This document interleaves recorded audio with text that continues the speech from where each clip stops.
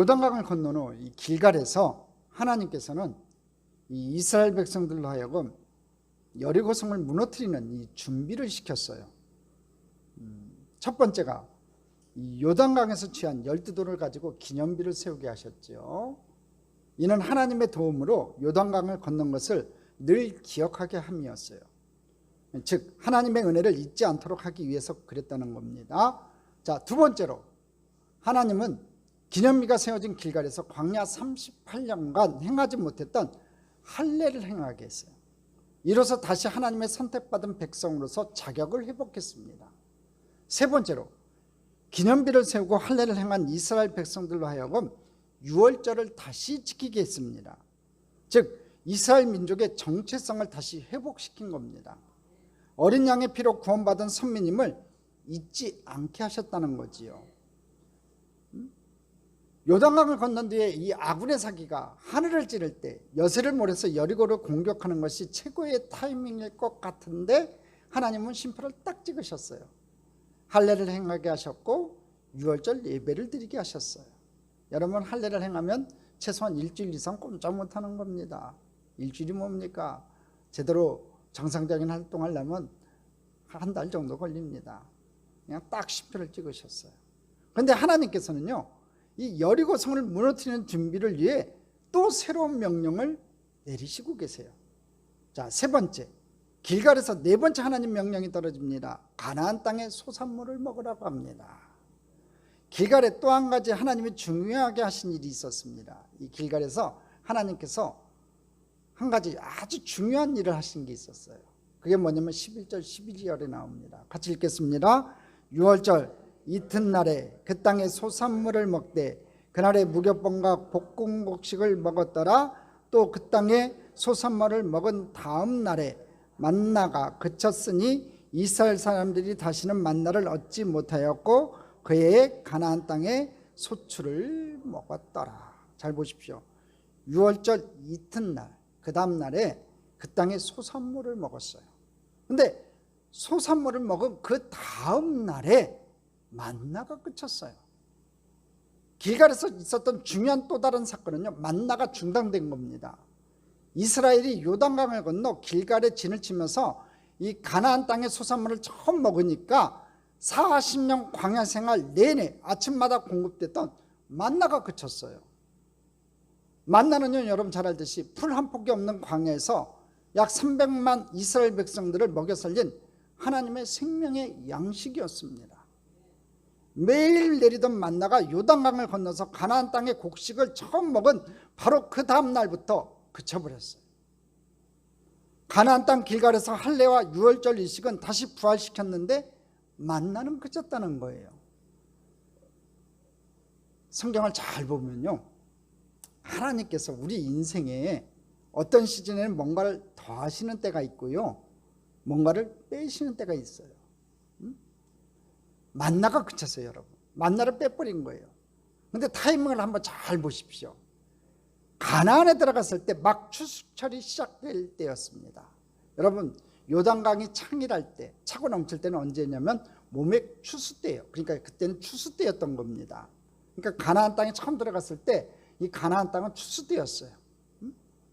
추수철이 아니었다면 여러분, 만나가 그치면요, 이스라엘 백성들은 꼼짝없이 다 굶어 죽는 거예요.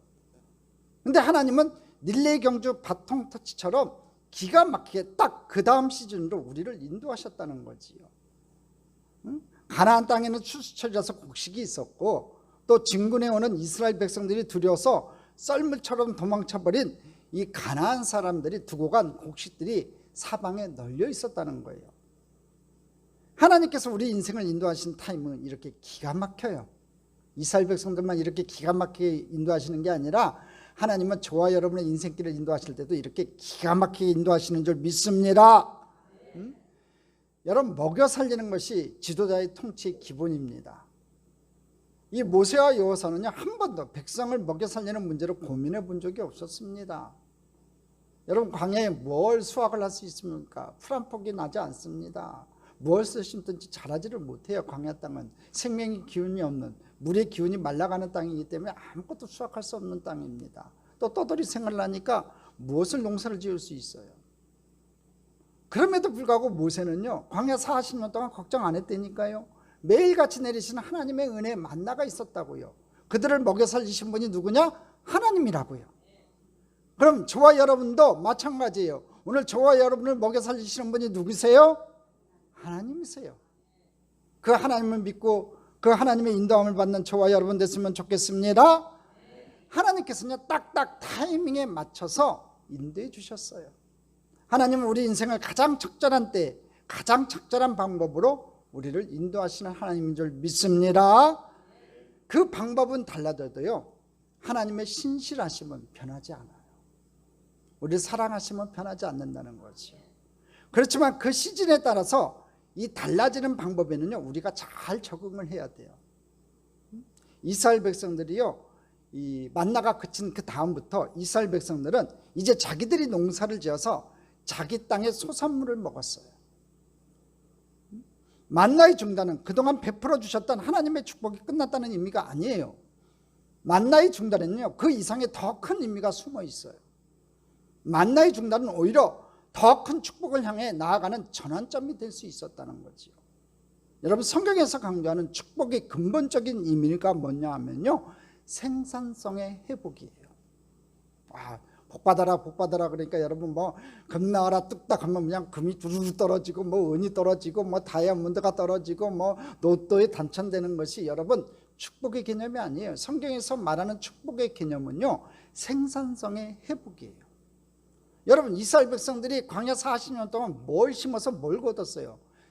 여러분 생산성이 없었단 말이에요. 자기가 노력해서 땀 흘려서 얻은 게 없었단 말이지요. 그래서 성경에서 강조하는 이 축복의 근본적 의미가 뭐냐면 생산성의 회복이었어요. 그 축복은 만들어진 결과에 대한 관심이 아니라 우리에게 주어진 가능성에 더 큰 의미를 두고 있다는 거지요. 특히 우리들이 성과 직견된 땅과 관련된 축복은요 더욱 그런 점이 부각되어 있어요. 신명기에서는요 토지의 소산이 많아지는 축복을 다음과 같이 말씀하고 있어요. 신명기 28장 11절 12절 다 아는 말씀이죠. 같이 한번 읽어보겠습니다. 야훼께서 내게 주리라고 내 조상들에게 맹세하신 땅에서 내게 복을 주사 내 몸의 소생과 가축의 새끼와 토지의 소산을 많게 하시며 야훼께서 너를 위하여 하늘의 아름다운 복을 여시사 내 땅에 때를 따라 비를 내리시고 내 손으로 하는 모든 일에 복을 주시리니 내가 많은 민족에게 구워줄지라도 너는 꾸지 아니할 것이요. 자 보시죠. 신명기에서 보려면 28장 11절로 12절에 보면요 내게 주리라고 내 조상들에게 맹세하신 땅, 이제 가나안 땅이지요. 자, 그 가나안 땅에서 내게 복을 주사 내 몸의 소생과 가축의 새끼와 토지의 소산을 많게 하시겠다고 약속을 하셨어요. 그러고 나서 하신 말씀이 뭐냐면 12절에 야훼께서 너를 위하여 그 땅에서요 하늘의 아름다운 복을 여사. 아주 기가 막힌 말씀이에요. 하늘나라에는 보물창고가 있는 것 같아요. 하늘나라에 보물창고가 있다니까요. 근데 그 보물창고를 여셔요. 근데 그 보물창고가 어떤 보물창고냐면요 아름다운 보물창고래요. 근데 하나님께서 누구를 위해서? 성경 보십시오. 누구를 위해서? 누구를 위해서? 나를 위해서. 여러분 이 말씀은 나에게 적용이 돼야 되지 않겠어요? 하늘의 아름다운 보고를 누구를 위해서 여세요?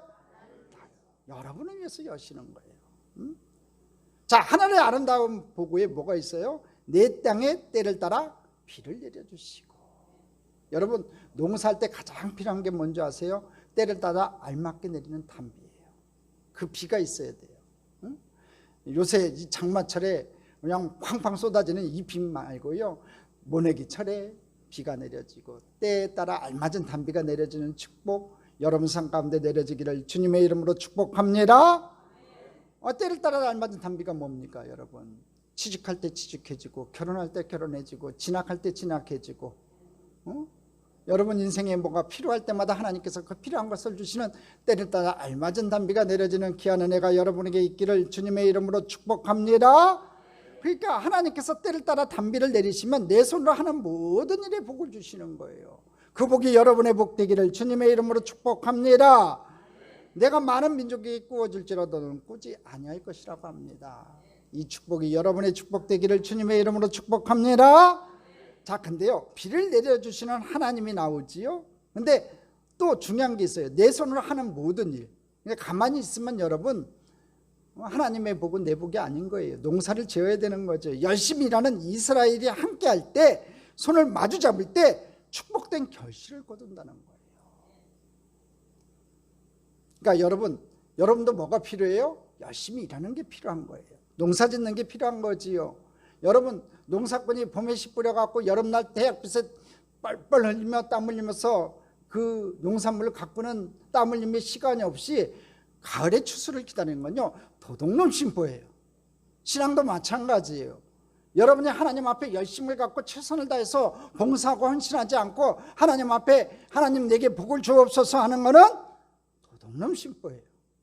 그러니까 이제부터 열심히 하늘의 아름다운 복을 우리 하나님께서 여셔서 때를 따라 단비를 내리시는 것은 우리 하나님이 하실 일이고, 그 다음에 우리가 할 일이 뭐예요?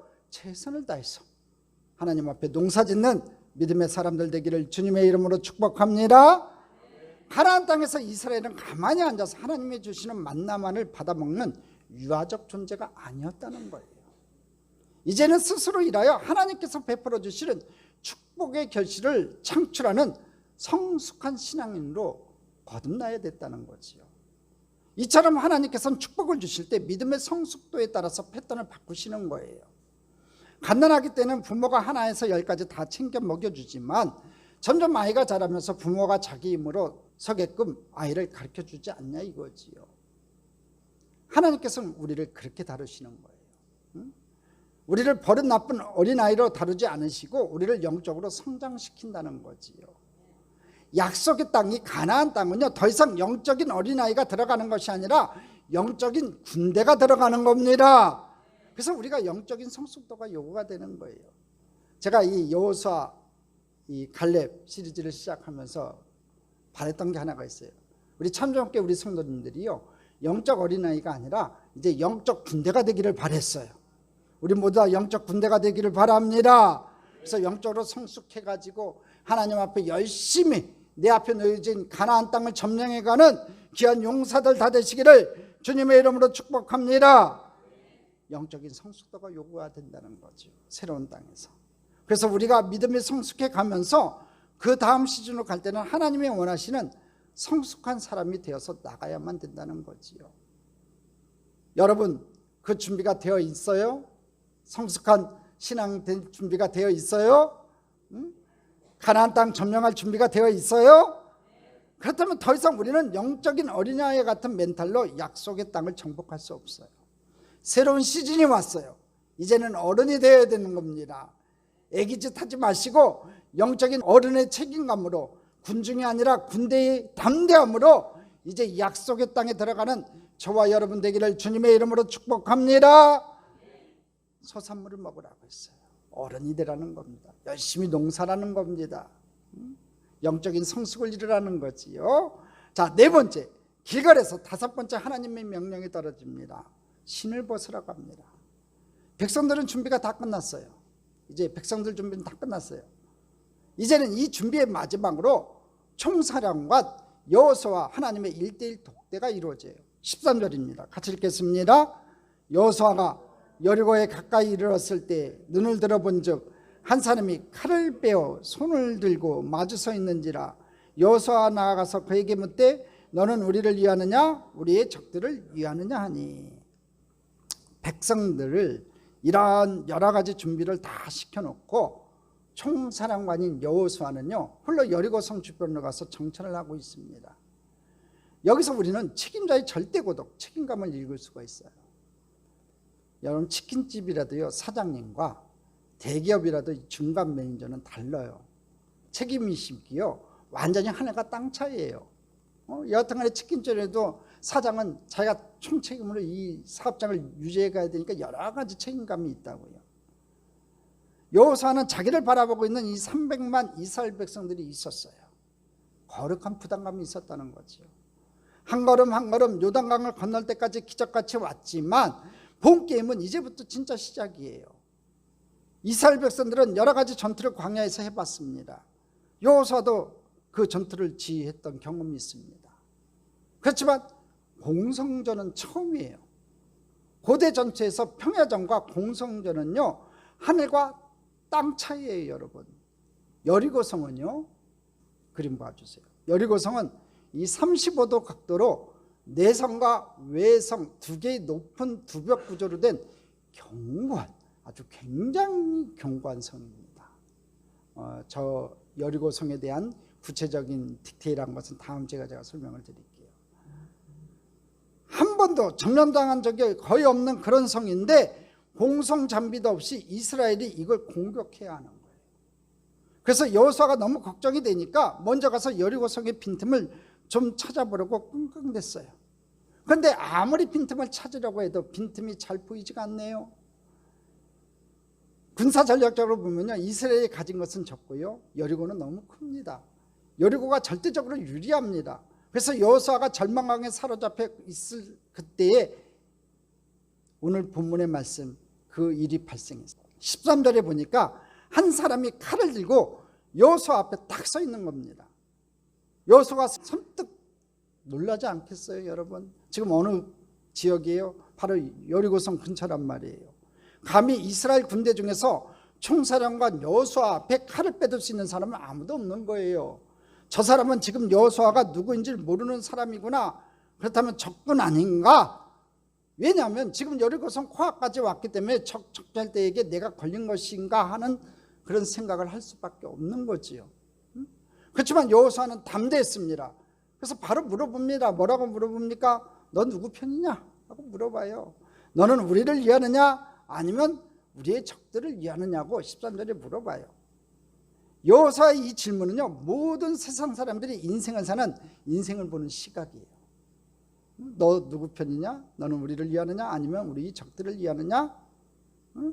이 얘기가 무슨 얘기냐면요, 현대식으로 얘기하면 무슨 말이냐면요, 너 우리 편이냐 적이냐, 너 여당이냐 야당이냐, 너 진보냐 보수냐, 너 경상도냐 전라도냐, 너 어느 학교 출신이냐, 이거 물어보는 거예요.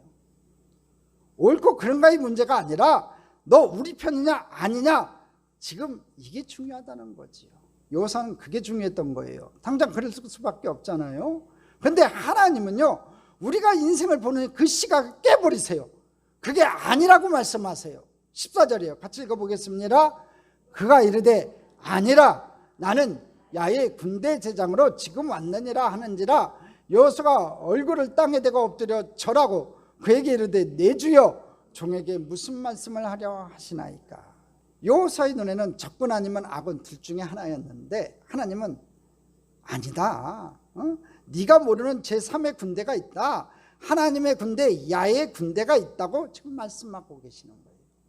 그 한마디에, 그리고 그가 뿜어내는 엄청난 영적인 아우라 앞에 여호수아는 저도 모르게 칼을 떨어뜨렸어요. 그리고 엎드려 절합니다. 이것은 경배의 모습입니다. 오늘 본문에 뭐라고 되어 있습니까?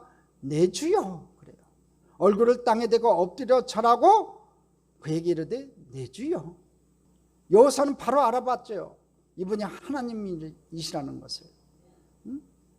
많은 사람들이 이 사람을 천사라고 말을 하는데 천사는 아닌 것 같아요. 성경에서 천사는 경배를 받지 않거든요. 경배를 하려고 하면 자기가 천사라고 천사를 치는 것이 성경에 나오는 천사들이에요. 그런데 오늘 경배를 받고 있지 않아요? 보십시오. 얼굴을 땅에 대고 엎드려 절하고 경배를 하고 있잖아요. 이 야의 군대 장관은 바로 하나님 그 자신이셨다는 거예요. 여호수아가 워낙 주님과 동행하는 사람이니까 금방 알아봤다는 거예요, 여러분. 금세 알아봤다는 거지요. 여러분이 주님과 친하면요, 주님이 오실 때 금방 알아챌 줄 믿습니다. 주님 알아봐야 되지 않겠습니까?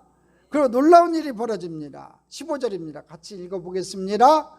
야의 군대 대장이 여호수아에게 이르시되 내 발에서 신을 벗어라. 내가 선 것은 거룩하니라 하니 여호수아가 그대로 행하니라. 네가 선 것은 거룩한 땅이니 신을 벗어라. 어디서 많이 들어본 말 같지 않아요, 여러분? 네가 선 것은 거룩한 땅이니 신을 벗어라. 신을 벗어라 하면 생각나는 사람은 없어요, 여러분? 모세잖아요, 모세. 40년 전 모세한테 했던 똑같은 말씀이에요. 모세를 부르실 때, 콜링하실 때 주님께서 이렇게 부르셨어요. 하나님의 리더가 세워질 때 패턴이 있어요. 그 패턴의 스타트는 항상 하나님 앞에 무릎 꿇는 데서부터 시작되더라고요. 하나님과 동격으로 만나는 게 아니라 무릎 꿇고 하나님을 만나는 데서부터 시작된다는 거예요. 우리는 계속 내 편이냐를 따지면서 인생을 살아왔어요. 그런데 하나님께서는 그런 편협한 마인드를 깨버리라는 겁니다. 눈을 들어 하나님을 하나님으로 알아보라고 말씀하고 있는 겁니다. 하나님을 알아보기 시작하면 무조건 하나님을 자기 편으로 끌어들이려 했던 시도를 포기합니다. 우리 기도 제목은 항상 하나님 제 편 좀 대주세요 이렇게 말하잖아요. 하나님 제발 좀 내 편 좀 대주세요 이렇게 얘기하지 않냐는 거예요. 하나님 악을 좀 벌해주세요. 하나님 제 계획을 좀 밀어주세요. 확실하게 좀 도와주세요. 이왕 도와줄 거면 화끈하게 도와주세요 이렇게 얘기하잖아요. 그런데 포인트가 그게 아니라는 거예요. 하나님이 내 편이 되어주실 것이냐를 생각하기 전에 내가 하나님 편에 제대로 서 있는가가 먼저라는 거예요. 무릎을 꿇어야 될 거 아니에요. 신을 벗으라고 했을까? 하나님 말씀에 순종했고 신을 벗고 무릎을 꿇어야지요. 응? 하나님의 종인데 무릎 꿇고 항복한 사람은요 지금 뭐 하겠다는 거예요 여러분? 하나님 뜻대로 내가 따라가겠다는 거예요. 그 마음이 네 마음에 있냐 없냐 그걸 하나님 체크하시는 거예요. 하나님께서 네가 선 땅은 거룩한 땅이니 내 신을 벗어라 그 얘기는 무슨 얘기예요? 너 나 따라갈 마음이 있냐 이거예요. 응? 내 말에 순종할 마음이 있냐 이거지요. 응? 저와 여러분 마찬가지입니다. 무릎 꿇고 항복한 사람은요 하나님 뜻대로 내가 따라가겠다고 결심하는 거예요. 그렇게 살아가야 돼요. 그렇게 살아가는 저와 여러분 되기를 주님의 이름으로 축복합니다. 내가 하나님께 맞춰야지 하나님이 나한테 맞춰달라고 그래서는 안 된다는 거예요. 여러분 남북전쟁이 치열할 때 집무실 창밖을 근심 어린 눈으로 지켜보면서 서 있던 링컨에게 보좌관이 이렇게 얘기해요. 각하 걱정하지 마십시오. 하나님이 우리 편에 서 계십니다. 그러니까 링컨이 이렇게 얘기해요. 내 걱정은 그게 아니라 하나님은 당연히 우리 편에 서 있는데 우리 국군이 하나님 편에 서 있는가 나는 그게 걱정이란다 이렇게 얘기를 해요. 그런 링컨이니까 하나님이 그의 편이 되어주셨어요. 너는 우리를 위하느냐 우리 적들을 위하느냐는 여호사의 물음에 하나님께서 둘 다 틀렸다고 말씀하시는 거예요. 하나님은 어느 한쪽을 일방적으로 편들어 주시는 분이 아니세요. 이는 이스라엘도 하나님을 거역하면 하나님의 적이 될 수 있다는 것을 명심하라는 거예요. 여호사는 그때 깨달았어요. 하나님이 자신이 부릴 수 있는 도깨비 방망이가 아니라는 것을 그때 깨달았어요. 하나님께서 자기를 돕기 위해서 오신 것이 아니고 자신을 대신해서 이스라엘의 지휘관이 되려고 오셨다는 것을 그때 깨달았어요. 사랑하는 성도 여러분, 여러분이 여러분 인생을 다스리고 있는 한 하나님이 여러분을 다스릴 수가 없어요. 꼭 명심하십시오. 내 인생 내가 주인 되면요 하나님이 여러분에게 개입을 못하는 거예요. 알지요? 많은 분들이 어떻게 살아가냐면 내 인생 주인 내가 주장하면서 살아요. 내 인생 내 건데 내 마음대로 살지 내가 결정하고 살아요. 근데 중요한 건 그렇게 살 수는 있죠. 근데 중요한 것은 하나님이 여러분 인생에 개입할 수가 없다니까요. 딱 한 사람만 운전대를 잡을 수 있는데 그게 여러분이 아니기를 좀 바라요. 그 운전대를 하나님 앞에 내놓아야 돼요. 여러분의 인생에 여러분 운전대를 하나님 앞에 맡기지 않으면요 여러분 원하는 곳을 갈 수가 없어요. 하나님이 인도하시고 구름기둥과 불기둥으로 저와 여러분의 발걸음을 인도하시고 여러분의 인생의 운전대를 하나님이 잡으셔야지만이 여러분의 인생이 바른 길, 축복의 길로 걸어갈 수 있다는 거지요. 그런데 우리가 자존심이 너무 세가지고 이걸 끝까지 내려놓지 못하는 거예요. 자기 인생 자기가 조정하면서 그렇게 망쳐놓고도 끝까지 운전대를 못 놓고 있어요. 그게 우리들의 인생의 모습이에요. 여러분, 내 방법대로 산다니까요. 예수 믿은 연수 자랑하지 마시고 내가 받은 직분 자랑하지 마세요. 거의 대부분이 내 마음대로 내 인생 내가 살아가요. 여러분, 그렇게 살지 마세요. 진짜 부탁이에요. 여러분의 인생에 운전대 하나님 앞에 맡겼으면 좋겠어요. 다 맡겨야 되는 거예요. 이걸 내려놓아야 그때부터 기적이, 하나님의 역사가 시작되는데 그걸 내려놓지 못하는 거예요. 여러분, 지금 중요한 게 자존심이 아니라 승리하는 거잖아요. 인생에서 가장 어려운 게 자존심 내려놓는 거예요. 그리고 나의 절대적인 무기력함을 인정하는 거예요. 그렇게 해야 하나님께서 내 삶의 운전대를 내드릴 수 있고, 하나님께서 내 삶의 운전대를 잡아야 승리가 시작될 수 있는데, 그때까지 아무것도 못하는 거예요. 여러분, 이루어질 수 없어요. 여러분, 아무것도 이루어지지 않아요. 이루어진 것 같아도 여러분 사상누각이에요. 하나님 후 불면 날아가는 거예요. 재물 모아보십시오. 하나님께서요 한번 후 불면요 우르르 무너져내는 게 재물이에요. 여러분, 많이 가진 것 같지요? 세상의 부귀영화 공명을 여러분 가져보십시오. 하나님께서 후 불면 그 암짝에 소용없어요. 재물을 위해서, 세상의 쾌락을 위해서 여러분 세상으로 한번 달려가 보세요. 한번 달려가 보세요. 그것이 어떤 것인지 여러분 인생의 끝날에 알게 될 거예요. 누구에게나 다 인생의 끝날은 다가옵니다. 우리가 살아있을 때도 다가올 수도 있지만, 마지막 내 목숨이 타는 날, 하나님 앞에 서는 날, 최소한 두 가지 방법으로는 우리가 인생의 끝날을 맞이하게 될 거예요. 주님께서 친히 공중재림하실 그날, 우리가 하나님 앞에 들림 받느냐 못 받느냐로 결정이 될 것이고, 두 번째로는 하나님 존전 앞에 섰을 때 착하고 충성된 종이라 칭찬받는 종이 될 수도 있고, 이 악하고 게으른 종이라 하나님 앞에 징계를 받는 종도 있을 수 있어요. 오늘 사랑하는 성도 여러분, 깨어 기도하는 성도들 됐으면 좋겠습니다. 내 인생의 모든 것을 하나님 앞에 내어 맡길 수 있는 주님의 귀한 백성들 됐으면 좋겠습니다. 우선순위가 분명해야 돼요. 운전대를 하나님 앞에 맡겼는데 하나님보다 더 귀한 것이 어디 있어요? 내 생명을 다 맡긴 거 아니에요? 내 인생의 모든 것을 하나님 앞에 맡겼는데 하나님보다 더 귀한 게 어디 있어요? 근데 내 인생의 우선순위에서 하나님의 세컨드가 되면 어떻게 하겠어요? 퍼스트가 돼야지요. 예배가 제일 먼저 돼야 되죠.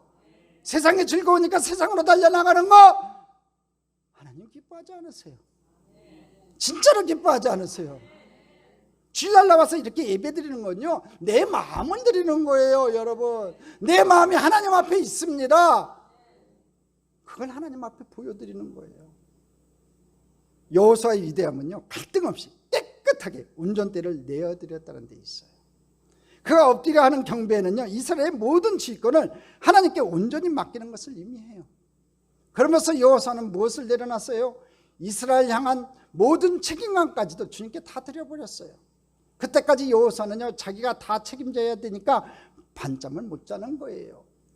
자기 스승이었던 모세가 가나안 땅에 들어오기 전에 죽었네. 이제 자기가 이스라엘 백성들을 이끄는 지도자가 되어서 요단강을 건너서 가나안 땅에 들어왔어요. 분명히 하나님께서 가나안 땅을 점령하라고 했단 말이에요. 이방 족속을 다 내쫓으라고 했단 말이에요. 그런 거룩한 부담감이 이 여호수아에게 왜 없었겠느냐고요. 책임감이 왜 없었겠느냐고요. 그때까지 여호수아는요, 자기가 다 책임져야 되니까 진짜 밤잠을 못 잤을 거예요. 여리고성을 자기가 무너뜨려야 되니까 얼마나 힘들었겠냐고요. 난공불락의 여리고성이에요. 여러분, 그때 건강진단을 안 해봐서 그렇지 여호수아가 그때 병원 가서 진료했으면요, 차트가 장난 아니었을 거예요. 스트레스, 위궤양에, 고혈압에, 어깨 근육통 참 많았을 겁니다. 그런데 하나님께 지휘권을 딱 넘겨드리는 그 순간 책임감도 싹 넘겨드렸어요. 그때부터 수면제 안 먹고도 참는 겁니다. 그때 내게 강 같은 평화, 샘솟는 기쁨과 같은 편안함이 오기 시작하는 겁니다. 우리의 불행은요, 자기가 책임질 수 없는 일을 책임지려 하다가 스트레스 받는 거예요. 하나님 앞에 아뢰고 하나님 앞에 맡겨야 되는데 그러지 못한다는 거지요. 찬송가 중에 이런 가사가 있어요. 주께 고함 없는 거로 복을 얻지 못하네. 사람들이 어찌하여 아랠 줄을 모를까. 좋은 가사 같아요. 주께 고함 없는 거로 복을 얻지 못하고, 그럼에도 불구하고 사람들이 어찌해서 아랠 줄을 모를까. 오늘 찬송가 369장 우리 한번 같이 찬양하면서 우리 다 같이 반성하면서 찬양하겠습니다. 죄짐 맡은 우리 구주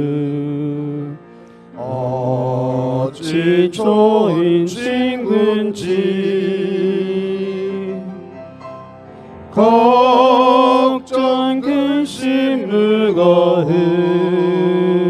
짐 우리 주께 맡기세. 주께 고함 없는 고로 복을 받지 못하네. 사람들이 어찌하여 아벨 주를 모를까. 시험 걱정 모든 괴로 없는 사람 누군가. 부질없이 낙심 말고 기도 드려 아뢰세. 이런 진실하신 친구 찾아볼 수 있을까. 우리 약함하시오니 어찌 아니하릴까. 근심 걱정 무거운 짐 아니 진짜 누군가. 비단 천인 우리 예수 주께 기도드리세. 세상 친구 멸시하고 너를 조롱하여도 예수 품에 안기어서 참된 위로 받겠네. 그렇습니다, 여러분. 여러분의 가정, 여러분이 책임 못 지는 거예요. 여러분의 아이들, 자녀들 어떻게 책임집니까? 여러분이 하나님께 맡겨드려야 하는 거예요. 온전히 지휘권을 넘겨드려야 합니다. 지휘권을 하나님 앞에 넘기면요, 여러분이 포기하는 게 아니라 그때부터 책임감도 넘어가는 거예요. 잠 잘 주무시는 거예요. 여호수아가 하나님을 만나기 전에 여리고성을 볼 때는요, 절망적이었어요. 보고 또 보고 아무리 봐도 저놈의 여리고는 빈틈이 없네, 얄밉게도 빈틈이 없네, 그랬을 거예요. 전력 분석도 어느 정도 실력이 대등할 때 하는 거지, 이렇게 게임도 안 되는 전쟁에서는요, 여리고성을 아무리 분석해도 절망감만 가득 차는 거예요. 그래도 여호수아는요, 가만히 보니까 여리고에 가까이 갔어요. 여러분, 문제에 가까이 가야 되는 겁니다. 지도자가 문제를 피하면 안 되는 겁니다. 여러분도 문제 피하면 안 되는 거예요. 문제에 가까이 가서 어떻게 해야 합니까? 하나님만을 바라봐야 되는 거예요. 문제 바라보면 안 되고요, 하나님만을 바라봐야 돼요. 여리고에 가까이 이르렀을 때 여호수아가 눈을 들어 본 것은 여리고 산성이 아니라 하나님이었습니다. 눈을 들었는데 여리고가 아니라 하나님이 보였다는 건 무슨 말이에요? 영적으로 믿음의 눈이 열리고 문제를 해결하실 하나님을 봤다는 겁니다. 오늘 저와 여러분도 마찬가지입니다. 여러분 삶 가운데 어떤 어려운 문제가 있는지 모르겠지만 그 문제 가운데 여러분 피하지 마시고 그 문제를 직시하시면서 눈을 들어 하나님을 바라보는, 능력의 주님을 바라보는 귀한 백성들 되기를 주님의 이름으로 축복합니다.